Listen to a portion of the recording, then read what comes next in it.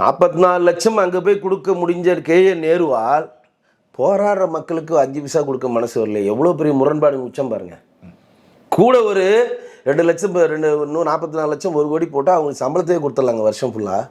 என்ன மாதிரி நடக்குது பாருங்க. அவனுக்கு தேவையில்லாமல் சோறு போடுற எல்லாரையும் சோறு சோத்து கட்சியாங்க அந்த கட்சி. காலங்காத்தால பசங்க ஸ்கூலுக்கு போனாலும் சோறு போடுறேன், தூய்மை பணியாளர் போராட்டம் பண்ணால் அவனுக்கு சோறு போடுறேன், வேற எவனா போராட்டம் பண்ணா அவனுக்கு சோறு போடுறான். சோத்துக்கு செத்தவனாங்க இங்கே இருக்கிறவங்களாம். யாரையும் அவனை சோறு கேட்டது? சோறுன்றது எங்களுக்கான அடிப்படை உரிமை. எங்களுக்கு ஆல்ரெடி கிடைக்குது. 20 கிலோ அரிசி எங்களுக்கு கிடைக்குது, 1 கிலோ பருப்பு எங்களுக்கு கிடைக்குது. எங்களுக்கு சோறு கண்டிப்பாக இருக்குது. இன்றைக்கு ஒரே மாதத்தில் 3 மாதத்துக்கு உண்டான 60 கிலோ அரிசியை வாங்கிட்டு போகணும் சென்ட்ரல் கவர்மெண்ட் கொடுக்குது, ரேஷன் கடைக்கு. இவங்க கொடுக்க மாட்டேன்றானுங்க. யார் கேட்டது? அதுக்கு ஒரு ப்ராஜெக்ட், அதுக்கு ஒரு டெண்டர், அந்த டெண்டரில் காசு அடிக்கணும், அவ்வளோ. இந்த விஷயங்கள் எல்லாம் அதிமுக முன்னெடுத்து மக்கள் மத்தியில் கொண்டு போயிருக்காங்களே.